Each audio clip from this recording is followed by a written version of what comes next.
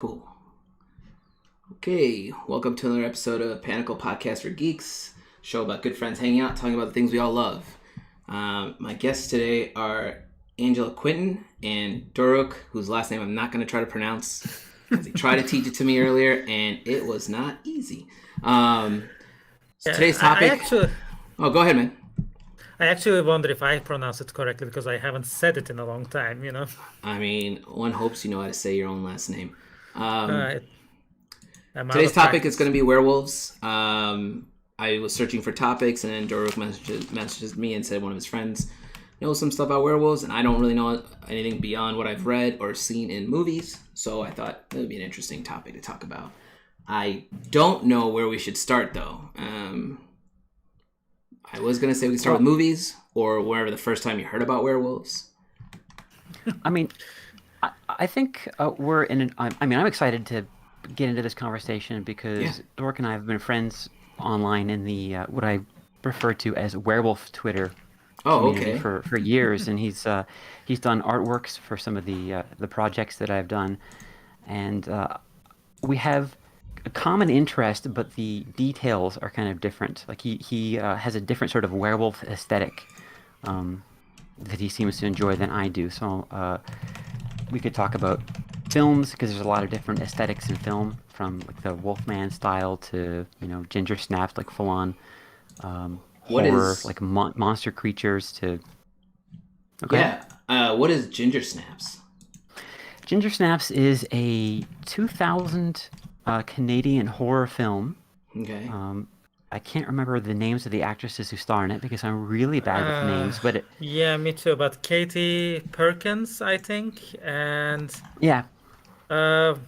Geez, I can't. It is what I'm gonna go out and say that it is, if not the best werewolf movie, it's at least my favorite. Ginger Snaps. Movie. Okay, I'm gonna write that one down. I don't think I've ever seen it. It's high up there. Yeah, it's one of the more popular ones for sure. Yeah. So would you say that's an indie flick? Right. I think so. I mean, I think it was done on a fairly low budget. Some of that kind of shows in the creature design. It's still a cool creature design, but they had to really shoot the final werewolf form very carefully from a very limited, narrow range of angles to make sure it looked okay on screen. Mm-hmm. Yeah, it's I don't know what else people cult. did. It's sort of a cult favorite sort of thing, right? Okay. Yeah. Yeah. I'm trying to remember. So I was trying to, when I was trying to think of things as far as werewolves encompass in my life, like where did I first learn about werewolves, right? And I don't think it was movies. I read, it would be books, because I read Silver Bullet when I was a kid. Yeah, that's a good one. Yeah, and so that was my first, I've seen, the old Wolfman movies just in passing, in a trailer or as a documentary or something, but it never really was if you saw the old Wolfman movies, I was just kind of, and they don't look that good, right? So you're just that's passable until you're older and you're I should watch that because it's a classic. But Silver Bullet was I remember my cousin gave me that book, and it's called Cycles of the Werewolf, the original. Silver Bullet's the movie, obviously. And he gave me that book, and he's like, "You'll enjoy this because I was also reading a lot of mythology and folklore books, and it was kind of my first introduction into werewolves, I guess, in the literature." I was trying to think of the show that I used to watch all the time, though. There was a show that I love watching. Doruk, you and I were talking about this. It was on TV. It was about a dude who always traveled from town to town. It's werewolf. Oh, it's just called Werewolf. Awesome. It's called werewolf. Yeah. Yep. Well, there you go. Yeah. Yeah, I remember we had that chat where I was like, you talked about an episode you remembered vaguely, and I'm like, oh, it is werewolf, and it's where the guy erases the tape after. The episode. Yep. Yeah. Because I remember that. I watched that show. Go ahead. I'm sorry. That's a perfect example of something I would describe as werewolf cultural lore, because there's a lot of people who remember seeing that show when it aired live, and there's a lot of fondness for it, but I've never seen it, and it's almost impossible to see now because there's no good re-release of it. Shout Factory was meant to do a full restoration, amazing release of it, and then there were some problems with some music clearance for a couple of scenes they just couldn't work around, so they just shelved the whole thing. And now there's some European release that apparently is a pretty bad transfer. That I don't know if I want that to be my intro to it, but that's everyone loves that show. Yeah, so it was on. Go ahead, man. I'm sorry. No, you're fine. Okay, so it was on YouTube for a while. Like there was that's what I one was channel saying. that had almost all the episodes, and then it disappeared right around the time that that DVD came out from France, the one you're talking about. That's a shame. And I think they might have asked them to pull it because of the Right. DVD coming out. I wonder if that company owns the rights to it or something. Yeah, might be. And I think it is pretty recent because when I was talking to Alan and when I found the episode for him that he was talking about on I watched channel, on YouTube. Yep. and then it disappeared since. So the joy of things that pop up on YouTube for like a week and they're great and then they vanish. Yeah, welcome to YouTube. I do have a DVD of it that I got like bootleg on eBay, but it's not good. You know what you got? I bet you if you go to like at Comic Cons where they have the dude with the bin full of burned DVDs. Because I used to. So I'm gonna quickly do a side note here. Which I used to watch a show called Spectrum Man. Which came out a little bit after Ultraman, which is Japanese. If you know those shows, kaiju and big dude fighting. But Spectrum Man was one of my favorites, and they never like made it into a DVD or anything. And there was this one guy at this Comic Con I was at, and he had it. And I own it. It cost me $10, and I'm probably gonna get arrested for saying this live. So, but let's get back to the werewolf stuff. So I guess I was trying to talk a little bit more about werewolf lore, but I don't really know a lot about the lore per se. It's totally not my jam. All I know is anything I've read or anything I've seen in movies, which it's stuff like silver bullets and the cycle of the full moon, but then you get the weird stuff now where they have the werewolves that can like, I don't want to really talk about Twilight, but those werewolves fucking transform at will. And I was like, when did this happen? Or you have what's the movie Underworld, right? Those lycanthropes as well, I believe, can just transform at will. They don't need the full moon aspect anymore. Yeah, there's a lot of that full moon, silver bullet sort of thing that is just a construct of Hollywood. That I think was actually introduced around the time of Wolfman. It's a pretty neat hook, I think, like narratively, but it sort of baked itself into the sort of the one of the few widely agreed upon canonical sort of rules for werewolves, if you can have a rule for a fictional creature. Yeah, that's what I say. People like establish these rules that they should follow, and then when you don't follow them, like people get upset, right? It's interesting because the sort of at-will werewolf in some ways is closer to the lore of werewolf historically in some ways than the full moon, which I think actually there are. I may be remembering this wrong, but Angela can tell you what she thinks. Sort of the Wolfman is the one movie where we get most of this silver bullet thing, and and I think Werewolf of London is where we got the full moon. Oh, okay. I hadn't heard. I thought the Wolfman had a full moon aspect too. So Wolfman has the poem. But the poem I'm says Googling that poem right now. Nice. And the autumn moon is bright, it says, but there's no reference in the original movie to full. In the future movies, they mentioned full and bright. Sure. In the first poem, I think it just says bright. And they don't have like shots of the moon. The second movie of that series opens with a shot of the moon falling on Larry Talbot, and him, spoiler alert, coming back to life. I didn't even know the dude's name. For an 80-year-old movie, See, I feel like there's a lot of people in the werewolf fandom who are really big into like pulp horror films in the 60s and 70s that are absolutely screaming right now because they know like the one weird movie out of Italy where the full moon concept was like first established, and then other movies started doing it like it was just a thing. That's also probably a thing. I mean, there's tons of. I mean, obviously, like from the movie, like if you go back to Cycles of the Werewolf, King used everything in that movie, right? Like all the what if we're going to call them rules, he used all the rules, right? You had a dude who could only transform at a full moon, and then that's when he was hunting.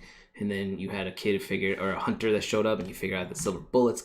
They never really explained that, right? Like, that's the one thing. Like, I was like trying to figure out like who came up with the concept of, because like silver was also something they use against vampires, but then later they would be like wood, and then you're just like, well, which is it?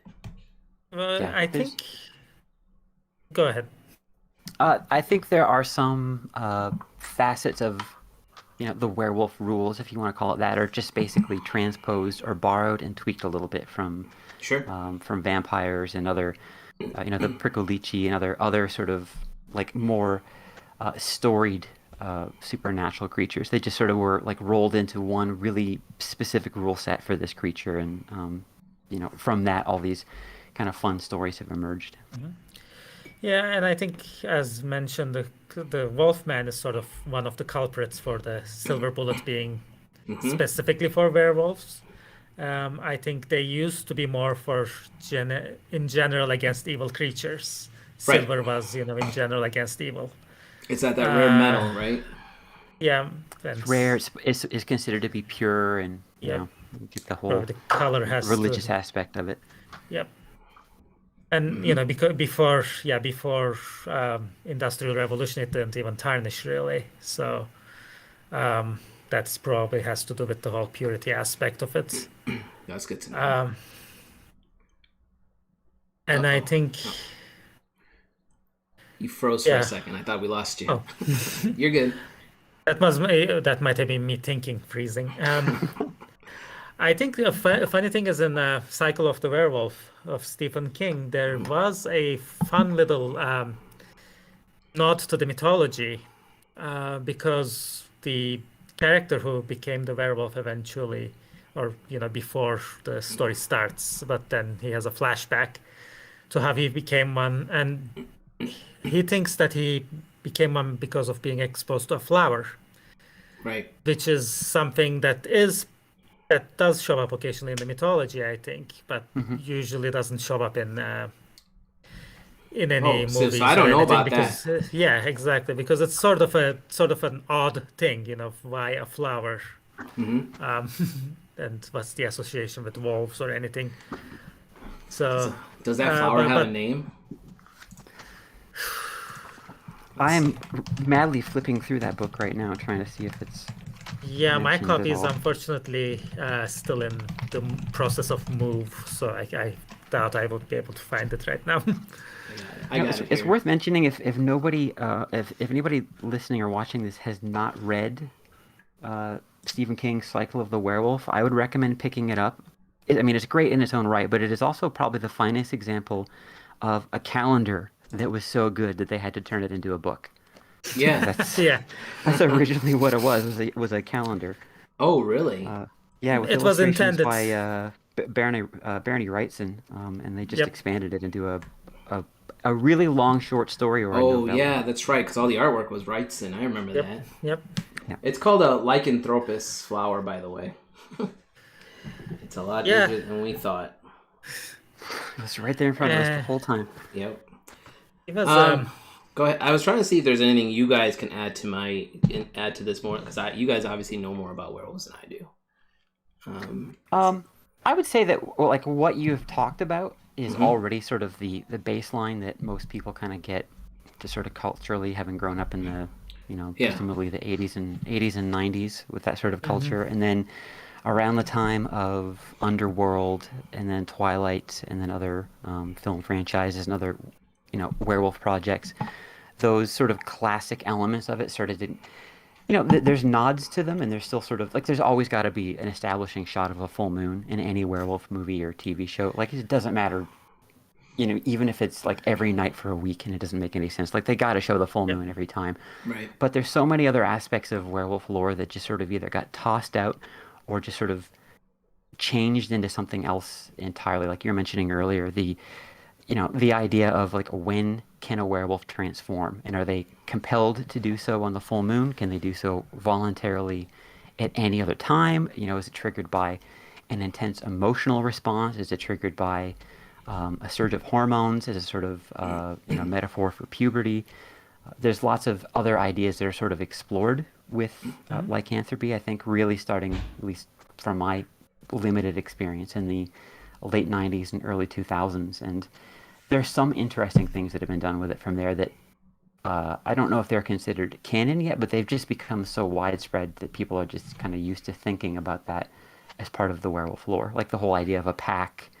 I'm trying to think, Dork, can you think of any other examples of just sort of accepted werewolf Pack is stuff an interesting one because they used to always be loners in all the older I books. mean, I one thing that I thought was a really funny example actually from that show Werewolf that we were talking about, where I think the opening of that show starts with a shot of the full moon.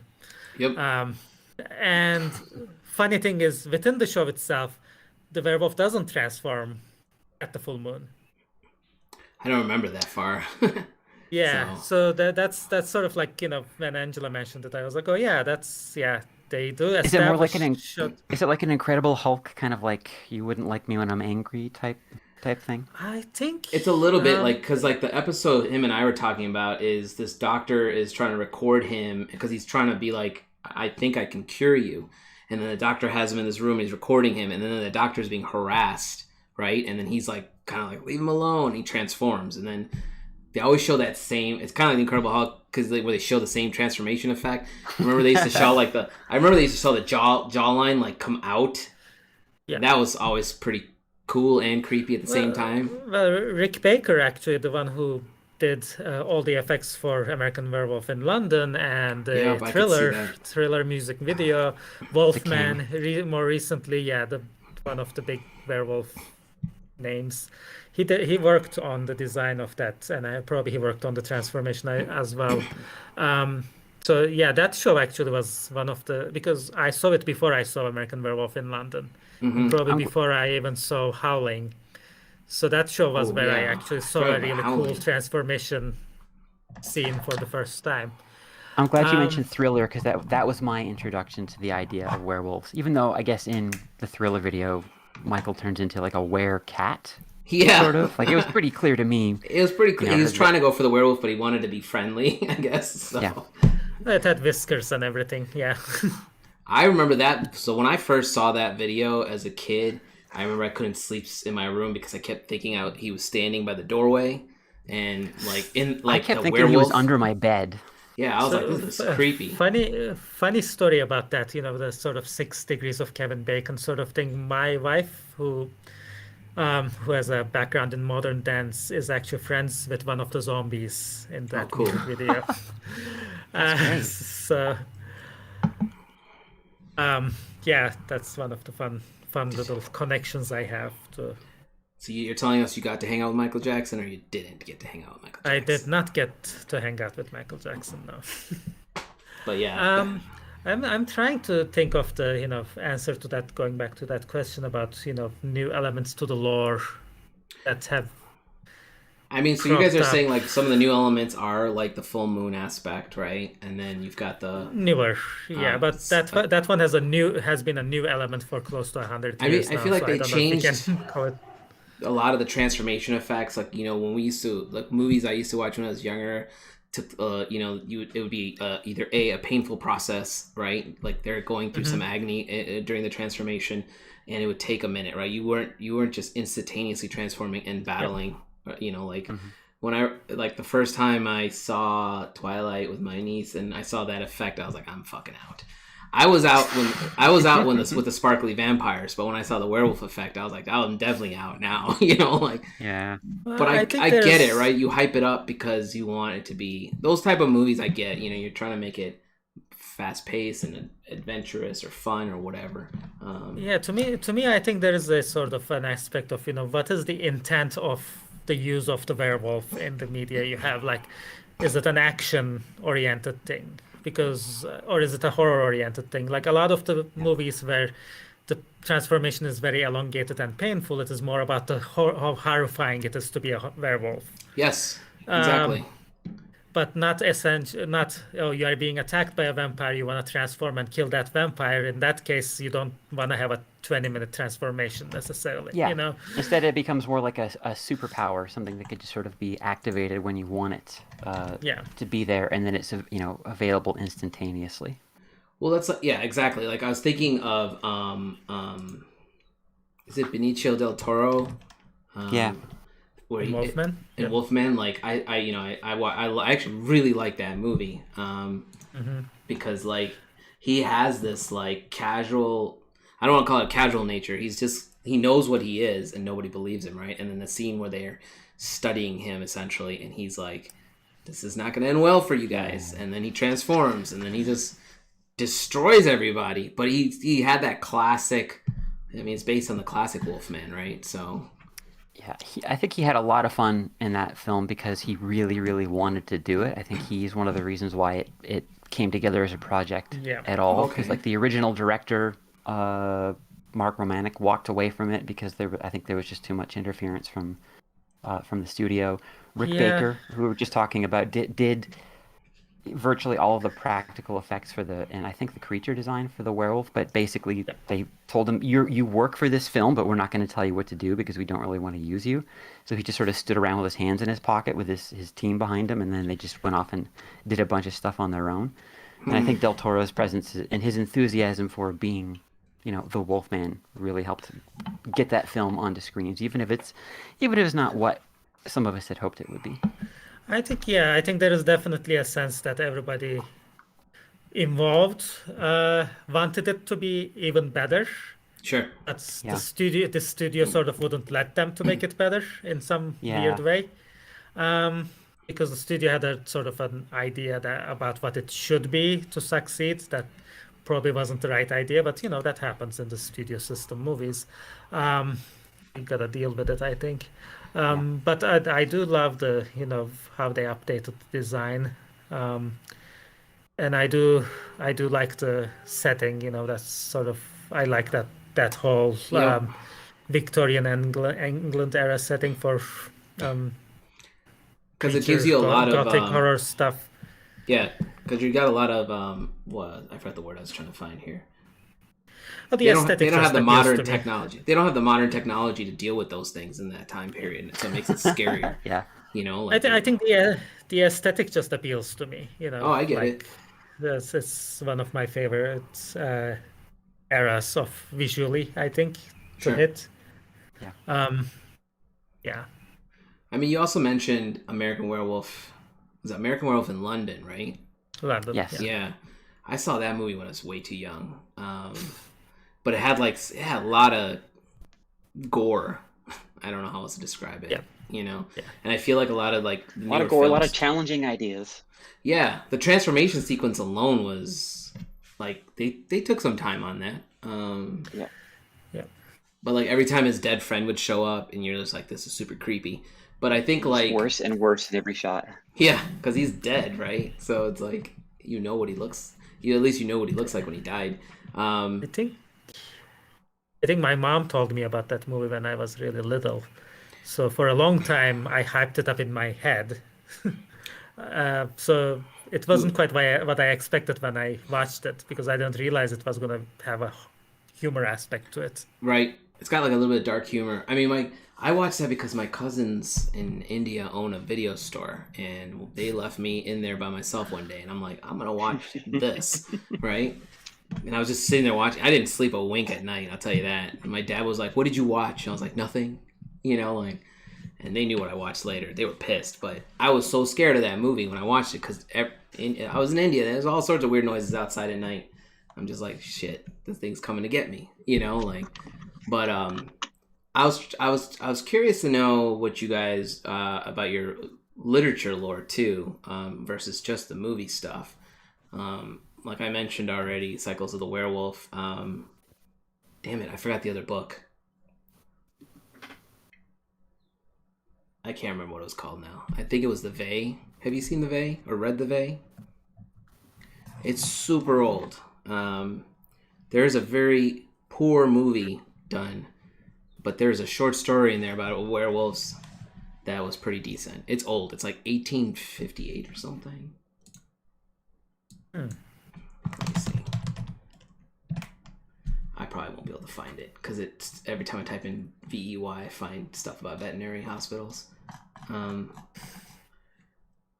But it was like written at a time. It was like one of those older books where like, but wait, it's way before movies, way before anything. All you had is this short story that somebody gave you, and it would freak people out. And I don't think the idea of the full moon was in there, if I remember correctly. It was just a dude transforming and then pillaging a town, essentially.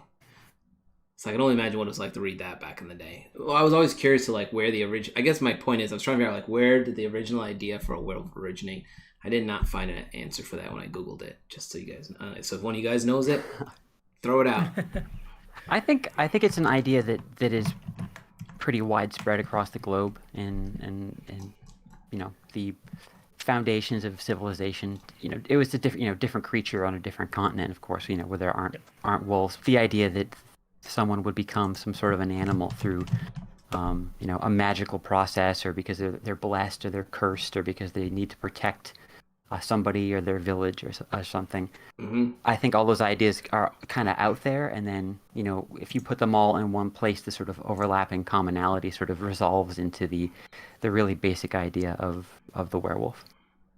Yeah, as Angela said, I think it tends to go into the sort of creepiest animal that people knew in that area, sort of thing. Like Africa has a lot of leopards and hyena man. I think India has tigers, So it would take on the shape of that, basically. Yeah, like Europe has wolf, because wolf is sort of like, the animal you think of as the big bad animal in European regions, but yeah. Yeah, we ain't got nothing here. What do we got? Coyotes?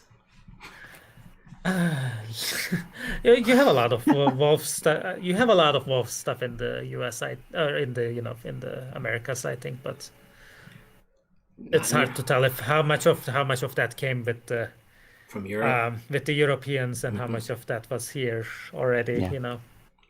Sure. Yeah, I get it.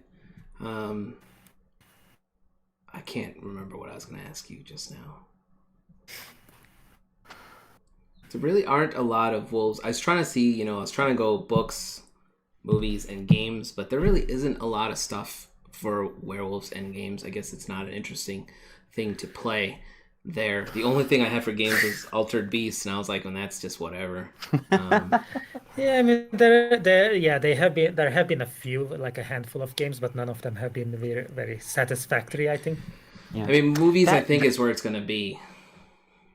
That idea of there being kind of a scarcity of good examples, I think is something that shows up again and again in werewolf media in general, and that sort of leads to people who are fans of the werewolf, or super fans like Doruk and myself, sort of grasping like greedily for like the barest nuggets that we can get our hands on, to the point where something that is objectively a bad movie will still be like held up as a reasonable example of a good werewolf movie, or like a good werewolf game. There's just not a lot of like it's a hard creature to wrap a story around without either going full like Rob Zombie like horror, gross out comic book aesthetic, or like really, really atmospheric and almost philosophical, because there's a lot of metaphorical things that you can do with the idea of a werewolf. And none of that stuff really seems to make its way into like mainstream, like AAA,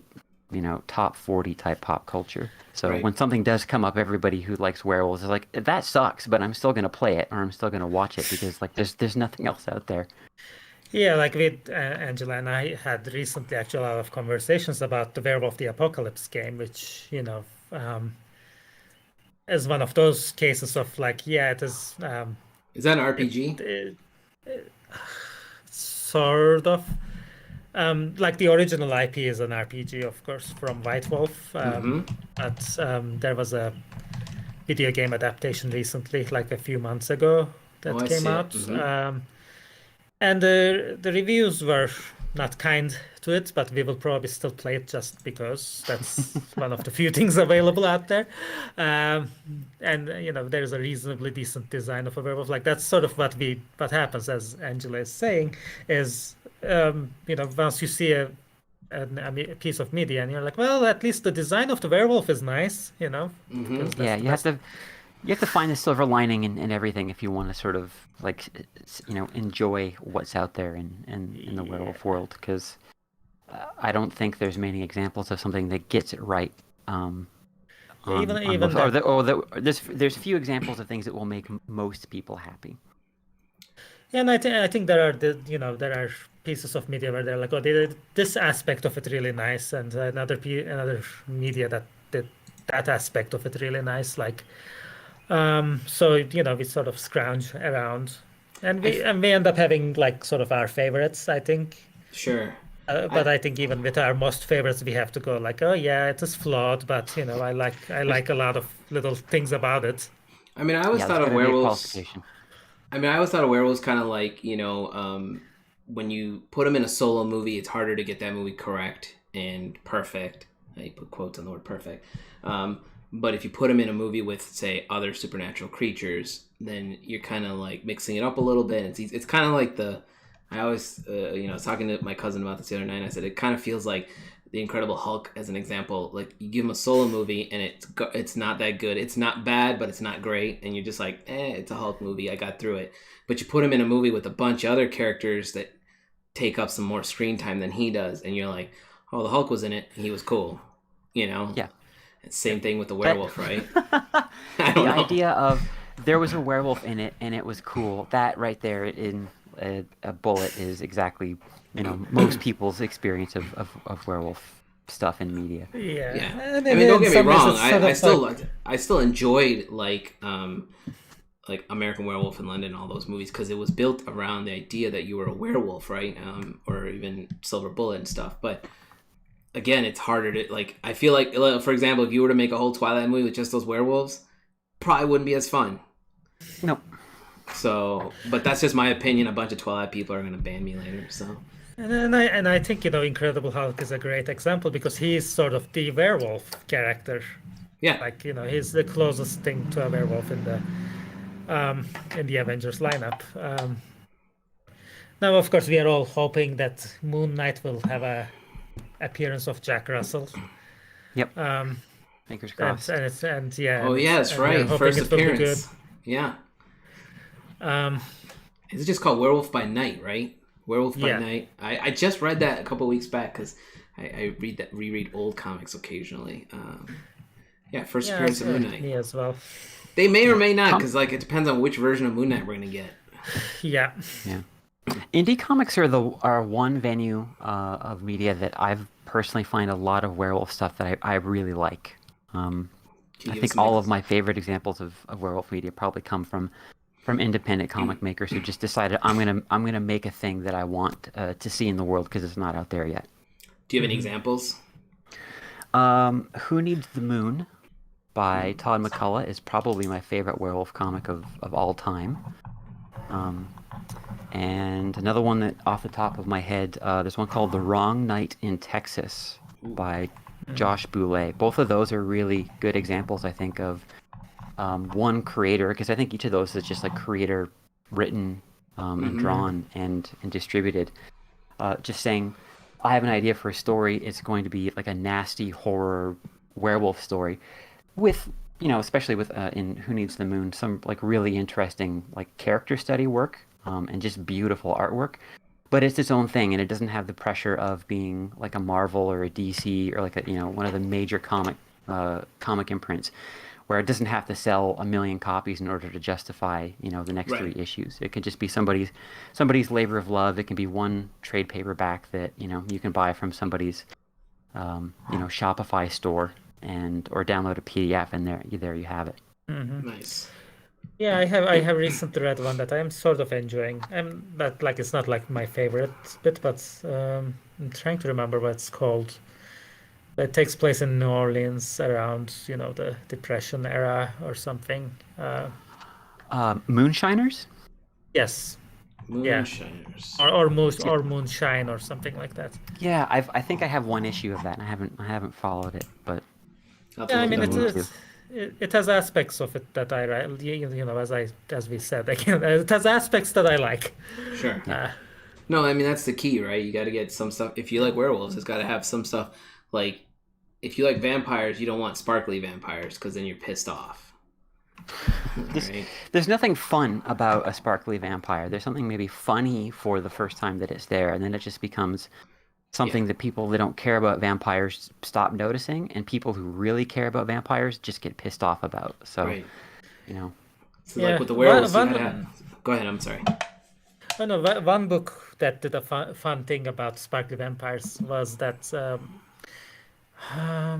it was a book, sort of an urban fantasy book, which with all kinds of supernatural elements. But the shtick was that the supernatural elements come to existence because people read in books about them, and the books and they manifest through people's sort of baseline belief in a story they read. So the sparkly vampires sort of came about recently after Twilight came out in the setting, and these people who were supposed to be vampire hunters or whatever were very annoyed because they were too overpowered, so that it was very difficult for them to deal with the sparkly vampires. This was a book you were reading? Yeah, this was a book. Oh, that sounds like a fun book. It has a very fun concept. I think that's the thing. I think what we're identifying is that all the stuff that we tend to enjoy that is in this realm of the supernatural, whether it's werewolves or vampires, there's a sense of fun to it. Whether it's like the satirical sort of urban fantasy Terry Pratchett type stuff, or the fun of something that knows that it's a schlocky 80s style horror story, and like that's what you expect, so that's what you're going to get. There's a sort of thrill ride aspect to that. It's the things that takes itself too seriously that I think really starts to get really boring and well, when it gets serious, you heavy. got to get it perfectly right. When you said comic booky or funny, it reminded me of Monster. You ever watch Monster Squad? Yes. Oh yeah. Okay. That werewolf got kicked in the nuts, man. That's all I remember from that movie. Yep. Kicked in the nuts and then blown up with dynamite. Yes, and I was just like, that was I remember I took that off the shelves in my cousin's video store too, and that was a fun movie. That was actually one of my favorites. Yeah, mine too. And that's a great example of something I think you were mentioning a minute ago, Alan, where you've got a feature film in which a werewolf appears, but he's not the main character. Right. So he's able to just sort of be there in some scenes, have a couple of cool, like the transformation scene in the phone booth, and the guy before he changes trying to convince all these cops and people that he's a werewolf, so he needs to be locked up before he hurts anyone. But it doesn't have to carry the whole film, so you could just have the fun of those few scenes where he just shows up every now and then eventually because kicked in the junk. Yeah, because I was thinking when I was saying that, I was thinking of movies like, so there was, like Van Helsing was what I was thinking of back when I was thinking of werewolves, because like the main character is obviously Helsing, and then Helsing, and then Dracula, obviously, right? But then you have this werewolf he's originally called there because there's a werewolf like hunting people in that small town, right? But that wolf man only shows up like for like 2 or 3 scenes, and it's really just shows up to fight, and then he's dealt with. But I was also thinking of back in the day, I still like the show Buffy the Vampire Slayer, but there was a werewolf character in that show, Oz, and he was a cool character because he was like comic relief on the side. But whenever he was a wolf, it was like one episode out of every like 20, and it's always started out the same way. They'd be like, "We need to lock you up because it's a full moon, and you're going to cause trouble."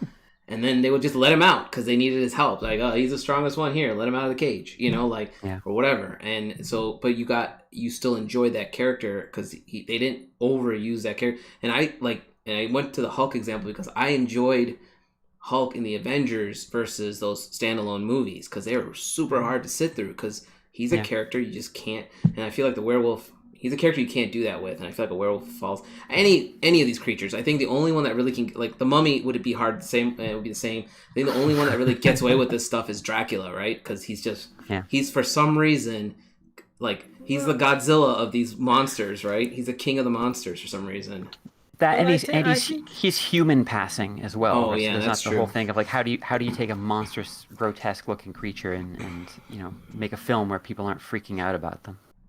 And I think that's one of the things about also is a practical concern that you can do hundreds of vampire movies because technically you don't need even fangs. You can just get away with saying this particular vampire actually just cuts people and drinks the blood, you know? Yeah. Sure. But if you are going to do a werewolf, you have to do some sort of You have to show a wolf. transformation thing because, like, there have been ideas out there where they only mentally transform and attack people, but then you're just depicting rabies essentially. You know, it's not exciting in Right. some ways Yeah. for people Or- to watch. So, but it becomes a lot harder to make the number of movies that the vampires get. So it appears that there are a lot of good vampire movies out there because there are a lot of vampire movies out there. So by Yeah, exactly. statistics, you get a higher number of good ones. Sure. But you can't do that many even decent werewolf movies. So, you know, then our chances are lower. Yeah. Yeah, Especially when yeah. they're graded on the curve of or by the criteria of like not is this going to be a good film, but does the werewolf look cool? Point Right. one, and then point two is does the werewolf win in the end, or at least not lose? Like those are the two criteria for is a werewolf movie good to at least to a werewolf fan. It doesn't matter whether the acting was any good, even the effects and the score and the script can be garbage as long as there's something cool to look at, and then the creature that you're rooting for doesn't die at the end. So do you feel bad? So do you feel bad for the wolf that got kicked in the nuts, or do you just? He was gonna Well, kill a he's little kinda boy. Yeah, he was kind of asking for it. Like you got to act right, you know. There's, you know, we should go for. I mean, go yeah. for worthy prey. I mean, that's what I liked about the Del Toro take on it, because he those guys captured him. It just annihilates that room, and then if I remember correctly, his lover or love of his life ends up putting the final bullet in him, right? So it's kind of like, you know, he's like, please end this torture that I'm going through, right? I already annihilated Yeah, I think all these that dudes. that movie definitely had a lot of things going right for it. It just Yes. in some ways didn't quite come together, probably again because of the whole studio interference. It's always a thing. producer that fucks it up. Yeah. Yeah, I was so tantalized by the end of that film that with Hugo Weaving's character like heavily implied to have been like bitten and like now he's a werewolf. Like show me what happens to him. Like let's go back 11 years later and you know, let's get Hugo Weaving out and He could That would be a make good make take. he would make a good werewolf for sure. That dude has no range. I'll say it. People are gonna hate me for it, but yeah, it sounds the same in all his movies. Well, but you know, he gets cast to be the same sort of character in the end. I mean, he plays a good, you know, bad guy. Has he been a good guy in anything? Oh, I guess he was in Lord of the Rings. He was in Lord of the Rings. Yeah. Arguably V for Vendetta, although how good V is as a character is debatable. I like V. He's a cool character. No, he's like a cool character, but is he the good guy? Oh, yeah, I mean, that depends on your take on society, I guess. Yeah. So, but I had another werewolf movie in mind, but I can't remember now. Damn it. I don't remember. So I was also talking about Underworld before because I feel like I really enjoy the designs of those werewolves, but I didn't like. Again, I hate. Hate's too strong a word. I just don't like when they transform so quickly because it's like I feel like it's a process that should your body it like breaks right essentially and retransforms. So like you know they're just like in Twilight they were just like leaping into the air and becoming wolves, and I was just like.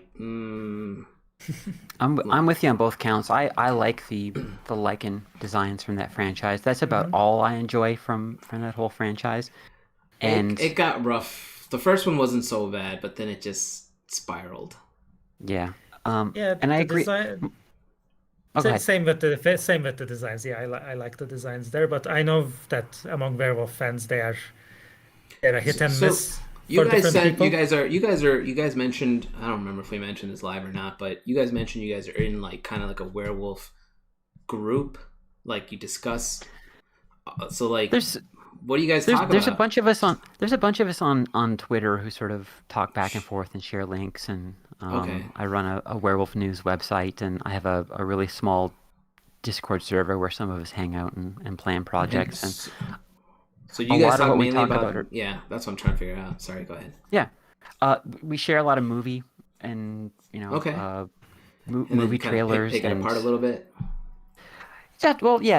I mean, at least when I see something show up, I always approach it with like mixed excitement and dread because there's a part of me that's like, oh, a new thing to check out. Like I'm stoked to see who made this and like what am I in for.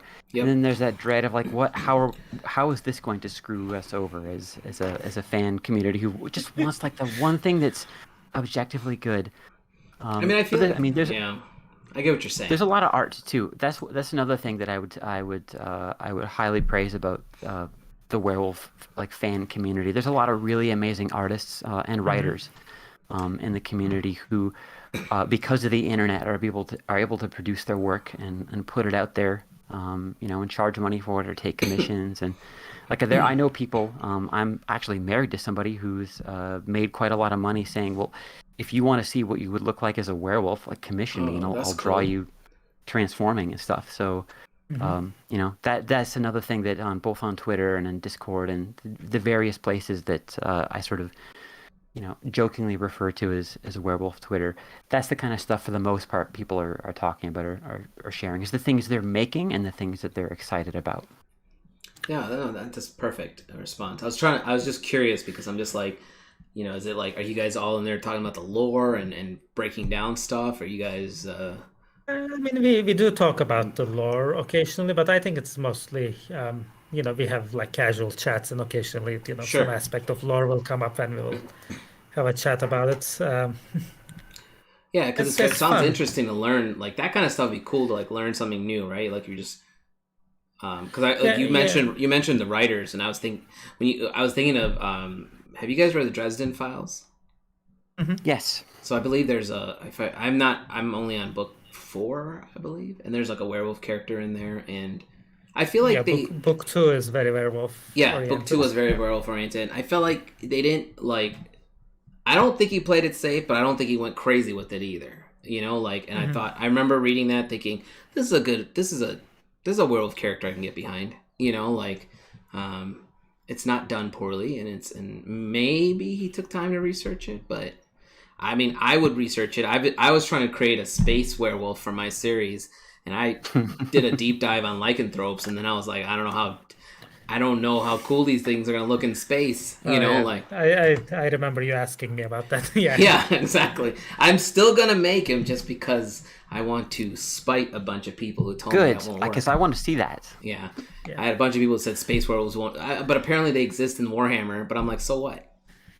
There's literally a graphic novel series called Werewolves on the Moon versus Vampires. Like there is a precedent for werewolves being in space. See, that would be cool, right? Yeah. So like I'm just my study of the lore was I was trying to figure out like do I make them some form of alien that transforms into the wolves? Do I make them full wolves already and they don't even transform at all? They just show up as is. They're fucking walking, talking wolves. And then actually the other series of Jim Butcher, the author of Dresden Files, that has a werewolf-like race of creatures. The new one he started. Because I'm still trying to get to the Dresden Files. Recent, but okay. There is one that he did maybe 10 years back after he started Dresden Files, but he wrote and finished the second series, but Dresden Files is still going on. And it is about it's a funny series because he sort of wrote it on a bet, I think. Those are always the best ones, man. Where I think his thesis was there are no bad concepts. Right.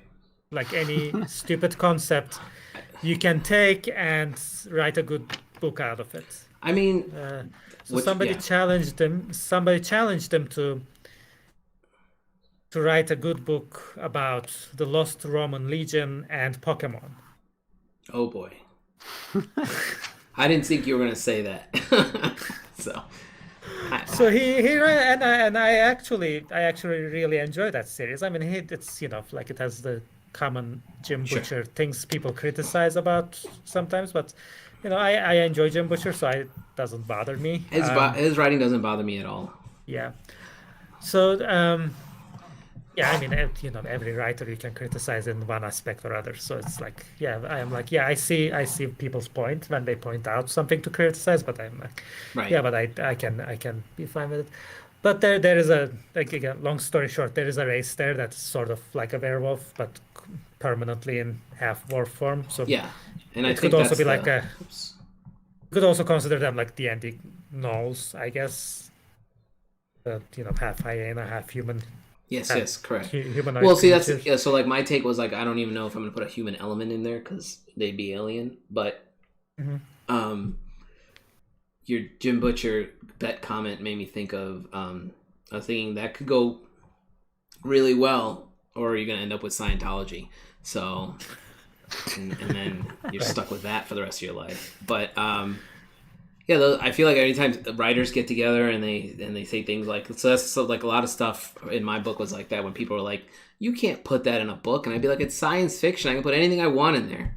It could be Yes. like, that's the whole point of sci-fi. It doesn't matter. And I really don't have to explain. People back in the day would be like, how does this thing work? And I'd be like, space magic. And I'd be like, that's the only response you're getting, because I don't fucking know. Like, I haven't thought that far ahead. I'm still writing it. I do know how most of the things in my series works, but there's no fun in me explaining it, right? And that's the whole thing. If you go back to the werewolf lore, if you knew every single bit of the lore, and if you knew every single thing about said werewolf, it wouldn't be as fun. Like, like, I love little things like, when they put little twists in those books, like in Silver Bullet. It was cool that the werewolf was, anyone who hasn't seen it, spoiler, you've had plenty of time. The werewolf is a priest, right? And it's like, when you find that out, you're like, this guy's a werewolf? And then he's also got one eye for some reason. Why isn't he healing? So those kind of thoughts went through my head, right? I was like, this guy should be healing when he transforms. Why isn't he healing? So they don't ever tell you. They just let it be. So now he's a one-eyed. Well, that's the beauty of these storytelling in general, and then these Right. made up alien races or supernatural creatures in general, is that there doesn't need to be a reason or a rule. Right. There's some guidelines and touchstones that everybody enjoys or sort of looks for, but as Doruk can attest to, there are hotly debated topics about werewolves, like should they have tails or not. That is a good point.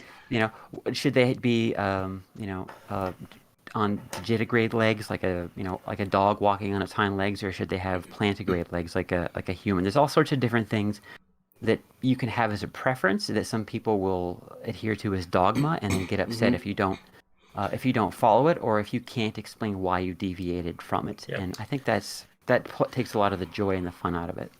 And I think you can occasionally do some real fun trying to explain and adding more explanation to it than For sure.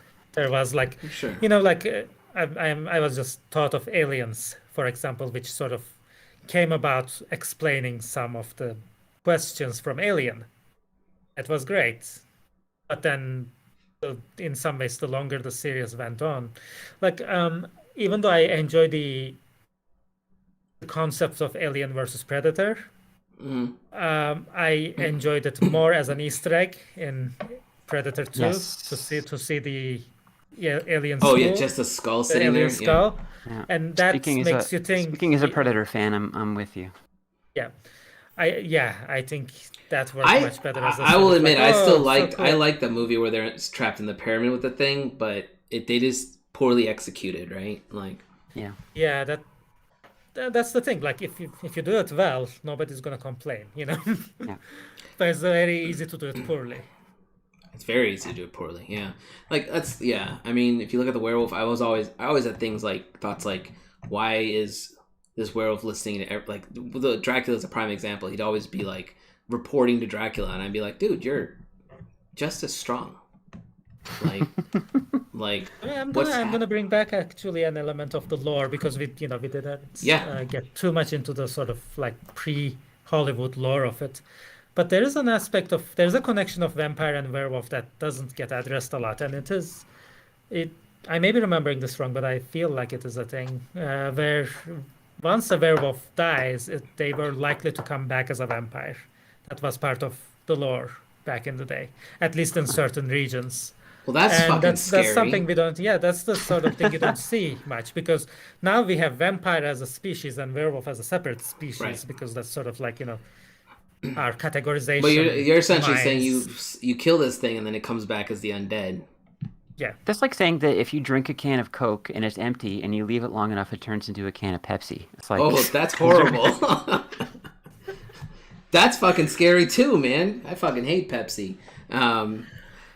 But I guess that's shows like interesting how- lore. I wonder I wonder how that originated. That would be curious to figure out. Yeah, and I have some ideas about some of the sources of lore, but I think part of it was part of it comes from racism. Yay, Right. but I do remember that the vampire thing had an aspect of if you don't bury somebody in the proper Christian way, like those Muslims do in the Ottoman Empire, those evil Ottomans, which I connect to really nicely because of being Turkish, of course. So y'all a bunch of vampires? Is that what you're telling me? We come back as vampires. Well, it's a funny thing because there's that whole thing like werewolves have eyebrows that meet in the middle. If you go to parts of Eastern Europe and Middle East, people have This is eyebrows that normal. meet in the Yeah. middle. Yeah. So I'm like, oh, is that actually something that came from like, oh, look at these different people, their eyebrows meet, they must be a supernatural evil, I mean, They turn, of course, but and then this they is, turn this is into like wolves on top of that. It's like, wow. I mean, it's very interesting, if you, and of course, if you do a deep dive, you're gonna find some stuff where it's like you're like, that's harsh. yeah, but right? of course, I am no historian, I'm not a folklore researcher, so it might not have anything to No, do with it's that. none of us But you are. can see. But you can speculate that could have something to do with it because people always had the same sort of prejudices and things, But then that sort of, in some ways gave rise to something we enjoy now. So, Oh yeah, sure. I mean, everything. It's Yeah. like, let me think here. Bram Stoker wrote Dracula, right? And yeah, I was trying to remember. There was a whole thing about how he came up. He would say, I believe originally he was like, I just sat around one day and I came up with this character. I lived in a haunted house or whatever. But I'm sure there's something deeper in there. It's just like the woman who wrote Frankenstein. Mary People Shelley, yeah. for starters, people don't know it's a woman, which is kind of bananas. But she wrote that book because people basically. She was getting her, shit from her husband and her other friends were writers, and she was like, I'll one up you guys, but it's also like, you kind of want to think like what dark thing was going through her head. She created a dude that's dead that came to life, right? Like normal people don't just come up with that kind of shit. Maybe they do. I don't know. We've deviated from the werewolf talk, Yeah, which I mean, I happens. always point out, It's all connected. I come to werewolves in some ways, like from a love of creatures and Right. Especially of this gothic horror, quote unquote, genre of old Universal and Hammer Studios movies. Werewolf just happens to be my favorite among the creatures they have, but I do like all of them. So I mean, I like all of them too. Don't get me wrong. It's just like we said, vampires are just so many vampires. It's hard to say, like it's really hard to like hate a vampire movie because it's really hard to screw that up, right? Unless you're looking at like a vampire comedy. But werewolves are a little bit harder. Like there's only so many werewolf movies I've seen or shows I've seen where I'm like that was good, and then there's probably a handful where I'm like that was not that great. Like I don't hate them per se, but I didn't walk away really enjoying it. Yeah. So then that's the like American Werewolf in London, loved it. Silver Bullet, loved it. What was the other one I was thinking of? Monster Squad, not so much. It was fun. Twilight, I didn't hate Twilight. I like some of the concepts are cool, but then it just gets weird. Well, I get it though. It's not made for adults. It's made for kids, right? Teenagers. Yeah. So then it's the same with Monster Squad. Like if you watched it at a certain age, you love that movie. I mean, I'll still laugh if I watch it tomorrow. Like it was a goofy movie. But you go into it knowing that. So, but I wish like it would be fun to see just a nice. I was gonna say serious werewolf film, but I think the closest thing we got is that Benicio del Toro one, right? And we haven't gotten anything at that level since, unless I've missed an indie flick somewhere. Like I don't know what He Ginger did- Snaps it. I haven't seen that. So I mean, Ginger Snaps is a fun one. It's an older one, of course. Yeah. I think a lot of the, like Universal has been trying to get off a monster universe sort of thing because Oh yeah, everybody wants to the be. dark universe or whatever. Yeah, everybody wants to be Marvel, and we keep hoping that they will come up with a nice werewolf movie in connection to that. But I mean, um, bring I some think Marvel writers the over. yeah, but I think the issue was, like they did the most recent Mummy, and I again enjoyed aspects of it, but I think the issue was they wanted it to be a Marvel movie Right. without necessarily earning a Marvel sort of thing. Yeah. Like it wanted to be first of a series rather than a good movie on its own. Yeah. And I hear, I haven't seen it yet, but I hear The Invisible Man actually came out pretty nice, and it was a It's- sort of a smaller scale movie, I hear, and that apparently was more successful. So now they have some movies slated that are more in that vein, and I Sure. think that's how they are supposed to try to get their dark universe going in a little bit more of a. Yeah, that's exciting to me to see things dark that have universe. lower stakes so they can take bigger swings. Yeah. Yeah, I mean that's the way you should do it. Like the Mummy movie, though you're talking about the one with Tom Cruise, right? Yeah. Is that yeah, that wasn't a bad movie, but I get what you're saying with the Marvel aspect of it. It had like that element of like, it felt a little bit like watching a Mission Impossible movie with the Mummy in it, right? And you're just like, this is too much. Like this guy should be dead 3 times over. But I also like I prefer movies like that are a little more easy paced. Like I loved Interview with the Vampire, right? Like that's a good vampire movie. And I would love to see like a werewolf man. And again, I think that Benicio del Toro's Wolfman is Wolfman, right? Yeah. I think that's the closest we've gotten to that feeling, and it'd be great. You got another one in mind? Well, there's a movie actually by the director of Interview with a Vampire called Company of Wolves, Okay. but it is a very odd one. Yeah, I that's love it. It might be my favorite werewolf movie, but it is very odd as far as the werewolf movies go.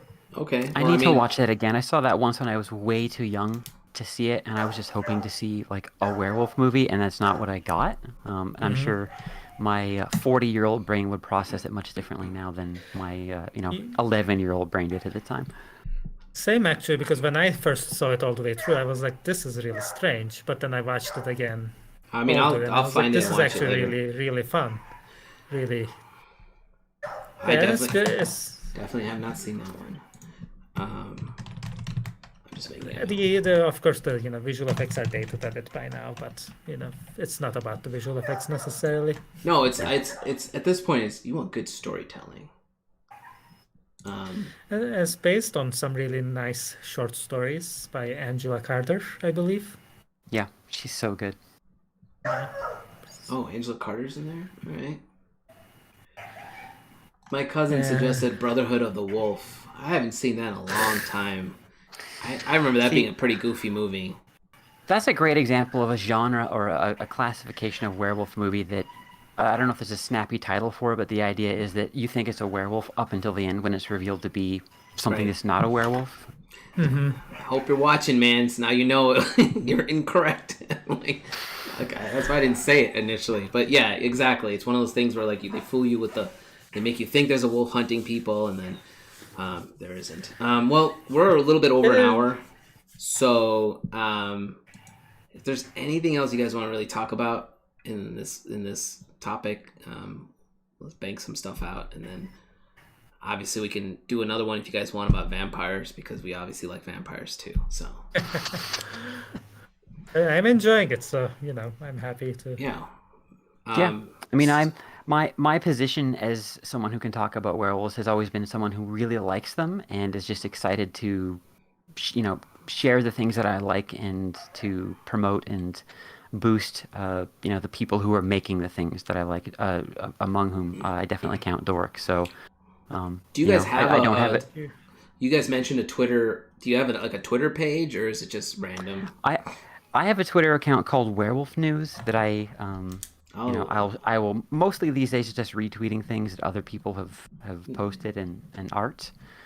No, and but I I'll have add it to the video when it goes live. Your great. your website for a while was my place to go to find werewolf stuff that I didn't know about. Well, thank you. I hope to get it back to the good old days when I was posting more than once a month. And the other thing maybe that I'll mention that Doruk has actually been a part of in the past is the ongoing anthology series that I edit and put together called Werewolves Versus. I've been doing that since 2015, I think, and it's just every year or every 6 months or so I put out another collection of stories and comics and illustrations that people do involving werewolves and some theme. Like the issue that we're putting together right now is Werewolves versus Suburbia. Oh, nice. The first one was Werewolves versus the 1990s, and Doruk has some art in Werewolves versus Fashion. So that's been a lot of fun to work on, and that's at werewolvesversus.com if you want to see some good stuff, including a very stylish werewolf by Doruk. Nice. My friend Chris just messaged and said, "Have you guys discussed Teen Wolf?" Which one? which one? Yeah, Michael J. Fox or who's the other one? Bateman, right? Who's the new one? Bateman was in the sequel, and then God, what was the name of the guy There's a in the TV MTV show. one? Yeah. There was an there's an old MTV cartoon. I series. used to watch the cartoon. I remember. Yeah, which was Yep. that one was based on the Michael J. Fox version, I think. Yeah. The cartoon. That My Teen actually, Wolf plays I was basketball, that and not lacrosse and not boxing, and that's all I got to say about that. I mean, I was gonna bring up. I was gonna bring it up, Chris. So forgive me, but yeah, I was thinking about it when you guys mentioned how some shows or movies will like kind of like make you feel like there's a werewolf, but they don't really go full werewolf. And I remember in that cartoon, he would always like do the glowing eyes to scare his friend into doing something. Right? He'd be like, "Go do it," and his eyes would glow real quick, and then his friend would be like, "Okay, I'll go get you a pizza or whatever," you know. I mean, if we want an animated werewolf, I think Tales from the Crypt had a nice one. Tales from the Crypt. Wow, I don't remember that, but Or Tales what from is the it? Crypt Keeper. Teen Wolf. I know Tales from the Crypt, but I don't remember the werewolf episode. Yeah, I'm trying to remember what the animated version was called. Okay, Chris said I Teen I think Wolf. that was Teen Tales from the Wolf, Crypt Keeper. Yeah, I Teen think Wolf it was 2 Crypt with Keeper. Bateman is one of the worst movies ever, and Michael J. Fox movie is fucking awesome. Yeah, man. A sequel to a movie is usually, depending on the movie, is usually pretty bad. Unless it's, I'm sure we can name off a bunch of sequels that were good too. But Chris, you're coming in at the tail end of this, man, and we're about to close out. So I don't know if you've been watching the whole time or not, but I appreciate you commenting. Chris is actually going to be on the show. We're going to talk about Transformers at some point. Nice. I gotta schedule him in. I keep forgetting. I was moving last time he was supposed to be on, but all right. So we're gonna wrap this up because we're a little over an hour, and I'm scared it's gonna. Last time I went over an hour, it like cut the last 10 minutes, and I don't want it to do that to us. So I appreciate you guys being on. I will talk. Let's talk after this. If you guys are interested in being on again, we can definitely have you on. Thanks for everyone who's watching. Chris. Thank you. Chris, feel free to message me, man. Yeah, thank you. I appreciate you being on. Thanks for having us. Oh, Chris has been watching. He just hasn't been commenting. That's cool, man. I appreciate it, dude. All right, hang on. I'm gonna kill the stream. Give me 1 second.